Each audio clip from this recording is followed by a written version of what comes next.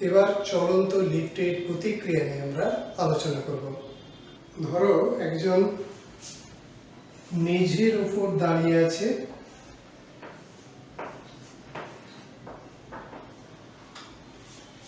তো এর যে ওজন mg সেটা সোজা নিচের দিকে কাজ করবে, আর প্রতিক্রিয়া বল সেটাও উপর দিকে কাজ করবে। ঠিক আছে, তাহলে এর ওজন mg নিচের দিকে কার্যকর হবে, আর প্রতিক্রিয়া বল আর উপরের দিকে কার্যকর হবে। ক্রিয়া প্রতিক্রিয়া নীতি অনুসারে r সমান mg হবে, এক্ষেত্রে r সমান mg হবে। ঠিক আছে, কিন্তু এখন যদি এটা একটা লিফটের মেঝে হয় আর লিফট গতিশীল হয় তাহলে কি হবে সেটা নিয়ে আমরা আলোচনা করব। তো ধরো এই ব্যক্তি লিফটের উপর দাঁড়িয়ে আছে, তাহলে এ লিফটের উপর দাঁড়িয়ে আছে, তাহলে এর ওজন যে mg সেটা কাজ করবে নিচের দিকে, আর প্রতিক্রিয়া বল আর উপরের দিকে। ঠিক আগের মতোই mg নিচের দিকে আর আছে উপরের দিকে। কিন্তু লিফট যদি এ ত্বরণ নিয়ে উপর দিকে ওঠে তাহলে আর কত হবে হিসাব করব। তাহলে প্রথম ক্ষেত্রে লিফট এ সমত্বরণে উপরের দিকে গতিশীল,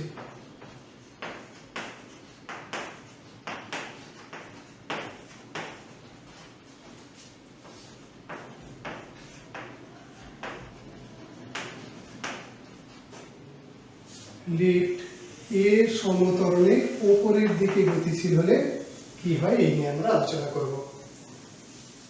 দেখো এক্ষেত্রে ব্যক্তিও এ ত্বরণ নিয়ে উপর দিকে উঠছে, কোন বলটা বেশি আর বেশি, mg কম, কার্যকর বল তাহলে কত হবে r মাইনাস mg। আরেকবার দেখো rটা কাজ করছে উপরের দিকে, mg কাজ করছে নিচের দিকে, তাতে এ ত্বরণ নিয়ে উপর দিকে উঠে যাচ্ছে, এর ভর হচ্ছে m, তাহলে এর উপর কার্যকর বল ma সেটা আছে উপরের দিকে। তাহলে বুঝতে পারছো r মাইনাস mg সমান ma হবে। কি লেখা হলো r minus mg equal to ma। এক্ষেত্রে r সমান হবে mg প্লাস ma সমান m into g plus a। দেখো r সমান m into g plus a হয়েছে, তাহলে ওজন বাড়বে, ব্যক্তি নিজেকে বেশি ভারী বলে মনে করবে।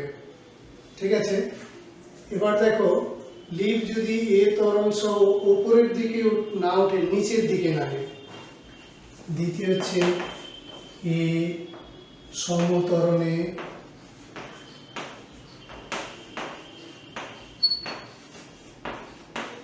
নিচের দিকে গতিশীল,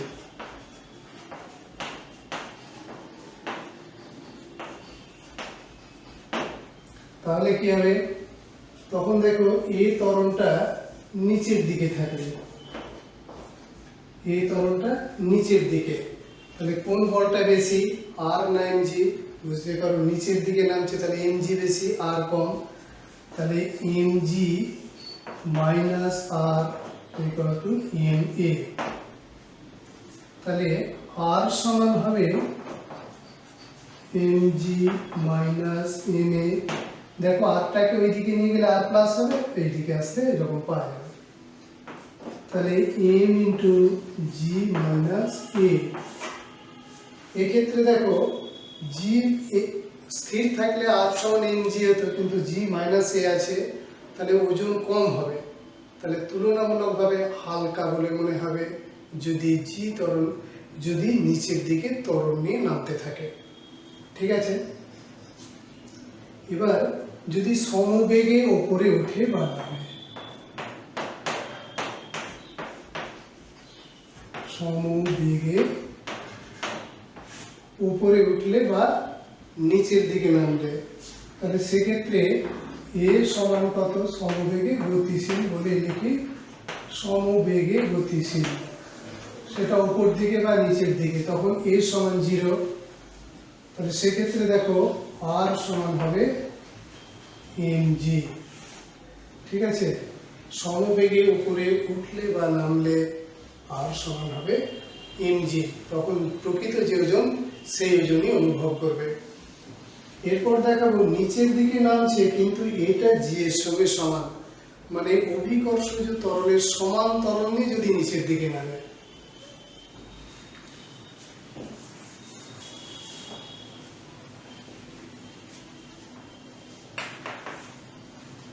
g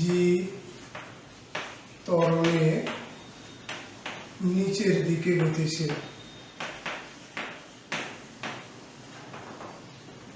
তাহলে অভিকর্ষজ ত্বরণের সমান ত্বরণে নিচের দিকে গতিশীল। সেক্ষেত্রে কি আমরা দেখো r সমান m into G minus a, যে সমীকরণ ছিল এর জায়গায় g বসাচ্ছি, সমান 0।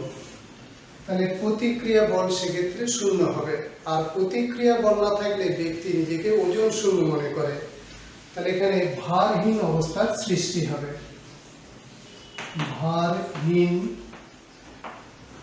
অবস্থার সৃষ্টি হবে।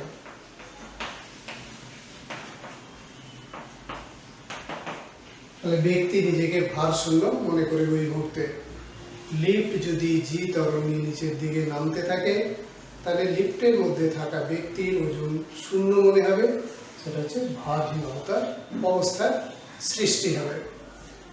এবার যদি জি এর তুলনায় বেশি ত্বরণ নিয়ে নিচের দিকে নামতে থাকে, এটা জি এর তুলনায় বড়, তাহলে দেখো r সমান m into G minus a ছিল, এখন বলা আছে a এর মানটা বড়, জিটা ছোট, m minus a plus G সমান minus m into a minus G. এতে বলা ছিল এটা বড়, তাহলে এ থেকে জিটা ছোট, তাহলে যে জি বিয়োগ করা হবে এই অংশটা ধনাত্মক, ধনাত্মককে জি দিয়ে গুণ করা হলে ধনাত্মক হলো, কিন্তু এখানে ঋণাত্মক চিহ্ন আছে, তাহলে আর হবে ঋণাত্মক।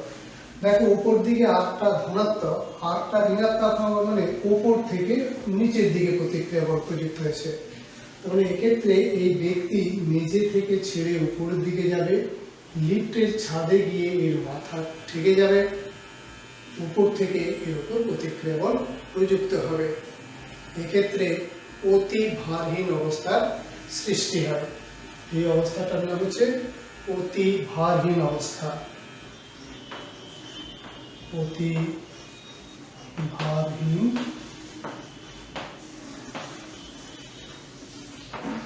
অবস্থা। লিফট সম্পর্কে একটা সমস্যা নিয়ে আমরা আলোচনা করব। দেখো এখানে কি বলা আছে, একটি লিফটের ছাদ থেকে একটি তারের সাহায্যে 1 কেজি ভর ঝোলানো আছে, তারটির সর্বোচ্চ 14.7 নিউটন টান সহ্য করতে পারে। লিফটটি কত ত্বরণ নিয়ে চললে তারটি ছিঁড়ে যাবে?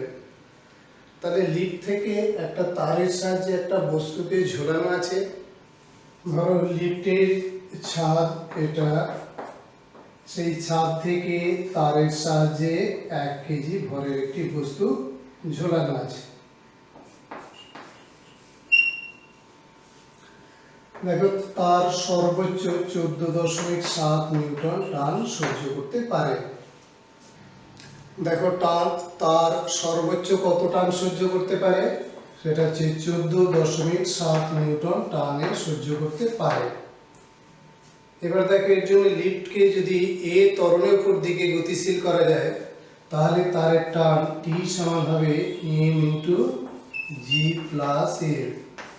কি বলা হলো, লিফটটি এ ত্বরণে উপরের দিকে গতিশীল হলে তারের টান টি সমান m ইন্টু জি প্লাস এ। কোথা থেকে পাওয়া গেল না, r সমান m ইন্টু জি প্লাস এ হয়, এটা তোমরা পড়েছো। লিফট এ ত্বরণের উপর দিকে গতিশীল হলে r সমান m ইন্টু জি প্লাস এ হয়, এটা আগে জেনেছো। সেখান থেকে পাওয়া গেল তারের টান টি সমান m ইন্টু জি প্লাস এ, যদি এ ত্বরণে উপর দিকে গতিশীল হয়। এখন দেখো যে টান পর্যন্ত সহ্য করতে পারবে সেই টানের জন্য কত ত্বরণে উপর দিকে তোলা যায় আমরা হিসাব করব। 14.7 নিউটন টান সহ্য করতে পারে, ভর 1 কেজি, জি এর মান 9.8 প্লাস এ। তাহলে এখান থেকে পাওয়া যাবে 14.7 সমান 9.8 প্লাস এ। এ সমান হবে 14.7 বিয়োগ 9.8 সমান 4.9। দেখো সর্বোচ্চ 4.9 এই ত্বরণ নিয়ে যদি চলে, এটা হচ্ছে 4.9 মিটার পার সেকেন্ড স্কয়ার। এই ত্বরণ নিয়ে চললে তারটা সহ্য করতে পারবে, সর্বোচ্চ এই ত্বরণ নিয়ে উপরে তোলা যাবে, কারণ তার এই টান সহ্য করতে পারে আর এই টানের জন্য ত্বরণ হয় এটা। তাহলে এই ত্বরণ পর্যন্ত তার টান সহ্য করতে পারবে। তাহলে কি লেখা হবে, যে কখন ছিঁড়ে যাবে না এর থেকে বেশি ত্বরণ নিয়ে গেলেই তার ছিঁড়ে যাবে। তাহলে লেখা হবে লিফটটি 4.9 মিটার পার সেকেন্ড স্কয়ারের তুলনায় বেশি ত্বরণ নিয়ে উপর দিকে গতিশীল হলে তারটি ছিঁড়ে যাবে। তাহলে এই উত্তরটা কি লেখা হতে পারে আরেকবার বলে নিই। অতএব লিফটটি 4.9 মিটার পার সেকেন্ড স্কয়ারের বেশি ত্বরণে উপর দিকে গতিশীল হলে তারটি ছিঁড়ে যাবে। ঠিক আছে, এটা পাওয়া গেল লিফট কত ত্বরণে উপর দিকে উঠলে তারটি ছিঁড়ে যাবে। লিফট সম্পর্কিত একটি গাণিতিক সমস্যা নিয়ে এবার তোমাদের সামনে আলোচনা করব। দেখো আছে এখানে লিফটের ছাদের সাথে যুক্ত একটি স্প্রিং তুলা থেকে 2 কেজি ভরের একটি বস্তুকে ঝোলানো হলো। স্প্রিং তুলার পার্ট কি হবে যখন লিফটটি 1 নম্বরে বলা আছে 0.2 মিটার পার সেকেন্ড স্কয়ার সমত্বরণে উপরে ওঠে, 2 বলা আছে 0.1 মিটার পার সেকেন্ড স্কয়ার সমত্বরণে নিচে নামে, আর 3 নম্বরে বলা আছে 0.35 মিটার পার সেকেন্ড সমবেগে নিচে নামে। ঠিক আছে, তাহলে একটা স্প্রিং তোলা যন্ত্র আছে, ধরো লিফটের ছাদ থেকে একটা স্প্রিং তোলা ঝুলানো আছে। এই স্প্রিং তোলার নিচে একটি 2 কেজি ভর ঝুলানো আছে।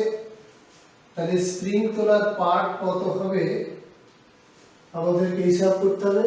3টি ক্ষেত্র আছে।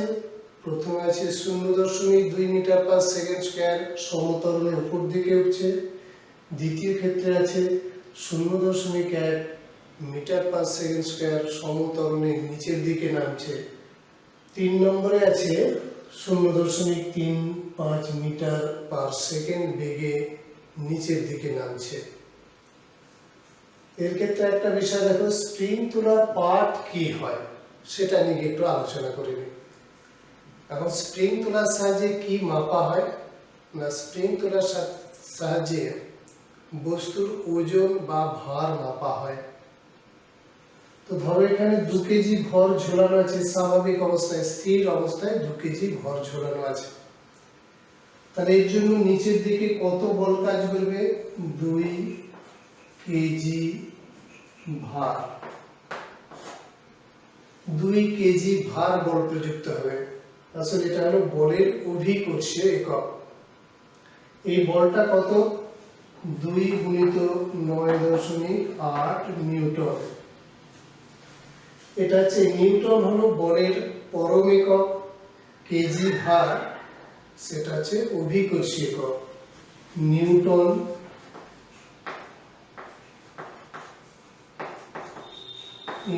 এটা হলো পরম একক, আর কিগ্রা ভার এটা হচ্ছে অভিকর্ষী একক।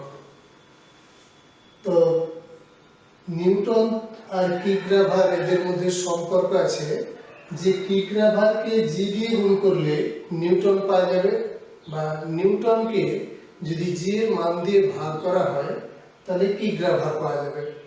ঠিক আছে, তাহলে এখানে 2 কেজি ভর ঝোলানো হলে বলটা হয় 2 গুণিত 9.8 নিউটন। তাহলে স্প্রিং তোলার পার্ট পাবো কি করে? এখানে জি দিয়ে ভাগ করতে হবে। তাহলে পরম এককে যে বল পাওয়া যাবে সেই বলকে ওই স্থানে জি এর মান যা হয় সেই জি এর মান দিয়ে ভাগ করলে তাহলে অভিকর্ষে একক পাবো। দেখ এটা শুনে হবে, মানে এককটা তখন আর নিউটন লেখা হবে না, 2 কেজি বল। এখন দেখবে বেশি প্রচলন হচ্ছে কেজি বল বলে বলটা ব্যবহার করা হয়। ওটা আসলে আগে লেখা তো কিগ্রা ভার, KG WT weight, KG weight, তো সেটা কিগ্রা ভার। এখন দেখবে 2 কেজি বল প্রয়োগ করা হয়েছে, কোথাও কোথাও লেখা দেখতে পাবে যে 2 কেজি বল প্রয়োগ করা হয়েছে, বলের একক কেজি হয় না। তাহলে 2 কেজি বল বলতে কি বোঝানো হলো? 2 কেজি ভরের বস্তুকে পৃথিবী যে বল দ্বারা টানে সেটা হবে 2 কেজি বল। ঠিক আছে, তাহলে এইরকম একটা সম্পর্ক আছে। তাহলে মূল বিষয় কি দাঁড়ালো? যে বলের পরম এককে বলের যে মান পাবো সেই মানকে জি এর মান দিয়ে ভাগ করলে স্প্রিং তোলা পার্ট পাওয়া যাবে। ঠিক আছে, এবার দেখো এখানে কি পাওয়া যাবে। প্রথম ক্ষেত্রে আছে এ সমান ঊর্ধ্বমুখী ত্বরণ এ সমান 0.2 মিটার পার সেকেন্ড স্কয়ার। এবার লিফট যদি উপর দিকে ওঠে তার জন্য যে প্রতিক্রিয়া বল আর সমান এম ইন্টু জি প্লাস এ, এটা সূত্র হয়। ঠিক আছে, তাহলে আর সমান কত হবে? এম এর জন্য দেখো কত বল আছে, 2 কেজি ভর ঝুলানো আছে 2, জি এর বদলে 9.8, এ এর বদলে দেখো 0.2। তাহলে এই বলটা দেখো এম জি একক লেখা আছে, তো এটা হবে নিউটন। এটা পরম এককে লেখানো নিউটন, সমান 2 গুণিত দেখো এটা যোগ করে হবে 10 নিউটন, সমান হলো 20 নিউটন। তাহলে বস্তুটার উপর এই বল প্রয়োগ করবে, বস্তু স্প্রিং তোলার উপর এই বল প্রয়োগ করবে। তাহলে স্প্রিং তোলার পার্ট কত হবে? নিউটনের পার্টটা মানে কিগ্রা ভারে হবে। অতএব স্প্রিং তোলা পার্ট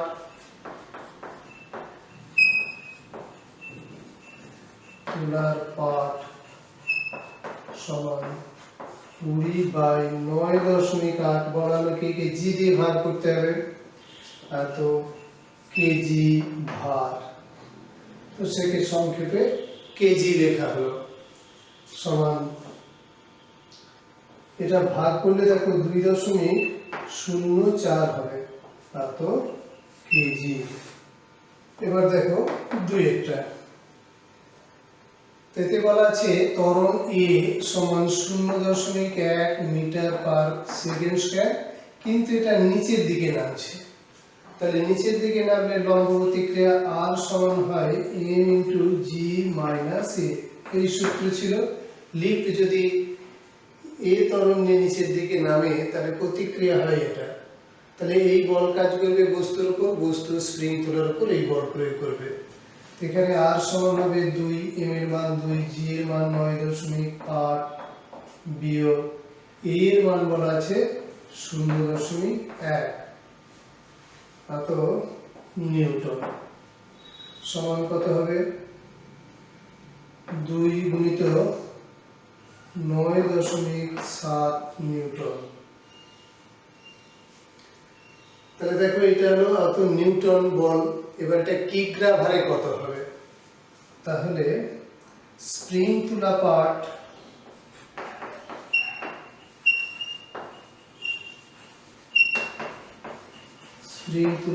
সমান একে 9.8 দিয়ে ভাগ করতে হবে, 2 গুণিত 9.7/9.8 কেজি বল।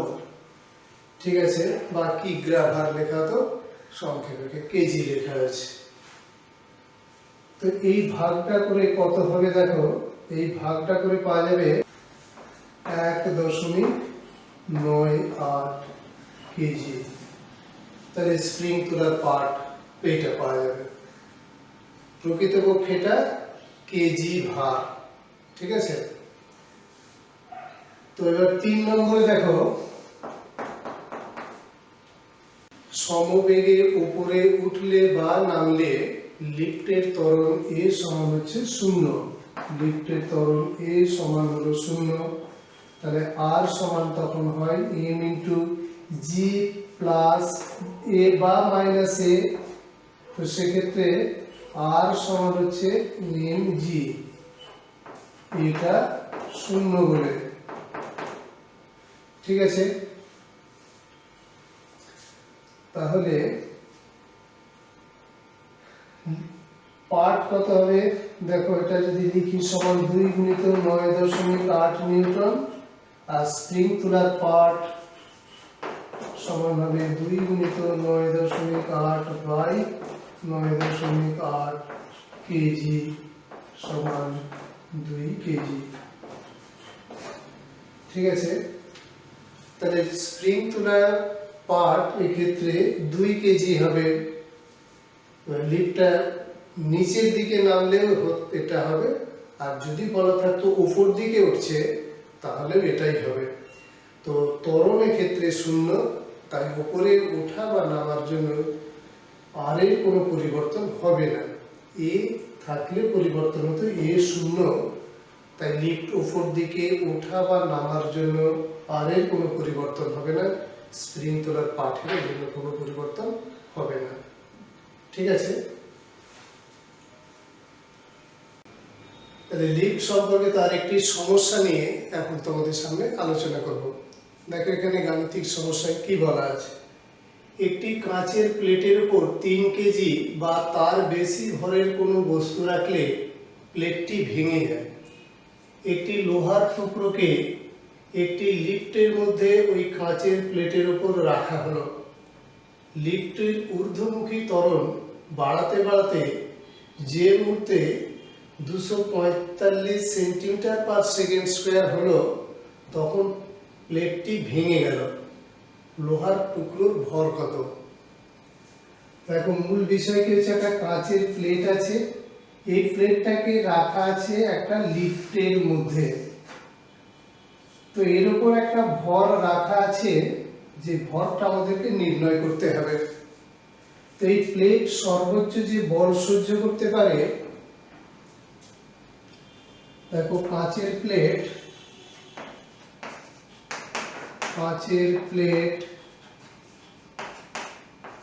সর্বোচ্চ এই যে 3 কেজি ভর রাখা হলো, এর জন্য যে বল হবে 3.98 নিউটন সমান, দেখো 3 × 24, 3 × 27, 29 নিউটন বল সহ্য করতে পারে।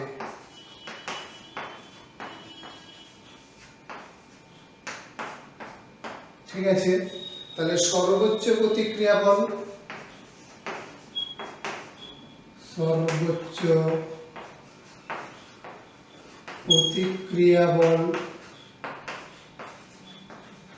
সমান হবে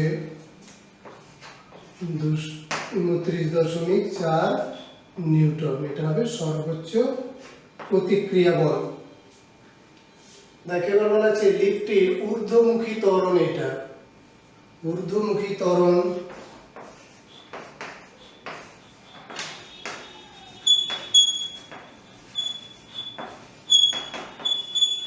এ সমান কত?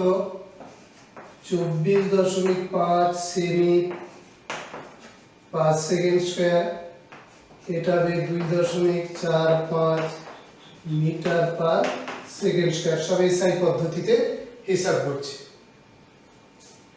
এবার দেখো যদি উপরের দিকে উঠে লিফট, তাহলে প্রতিক্রিয়া আর সমান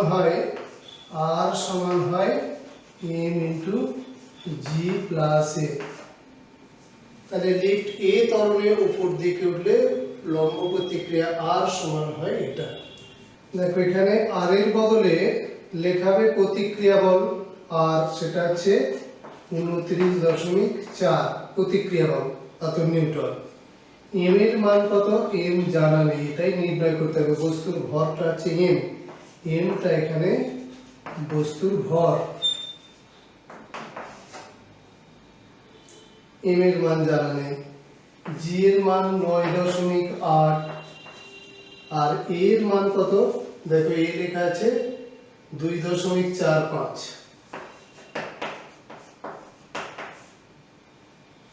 তাহলে 29.4 সমান এম ইন্টু এটা যোগ করে কত হবে 5, 8 আর 4 12, তাহলে 9 দিয়ে 11 কে 12.25।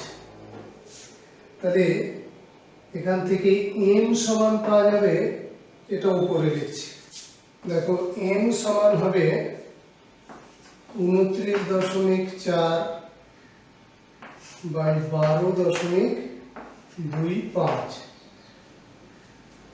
তো এই ভাগটা করতে হবে, তো ভাগটা করে দেখা যাবে ভাগফলটা হবে 2.4। অতএব লোহার টুকরোর ভর, লোহার টুকরোর ভর, দেখো এগুলো সব এসআই পদ্ধতিতে করা হয়েছিল, তাই এককটা কেজি হবে 2.4 কেজি। লোহার টুকরোর ভর 2.4 কেজি। ঠিক আছে, লোহার টুকরোর ভর পাওয়া গেল 2.4 কেজি।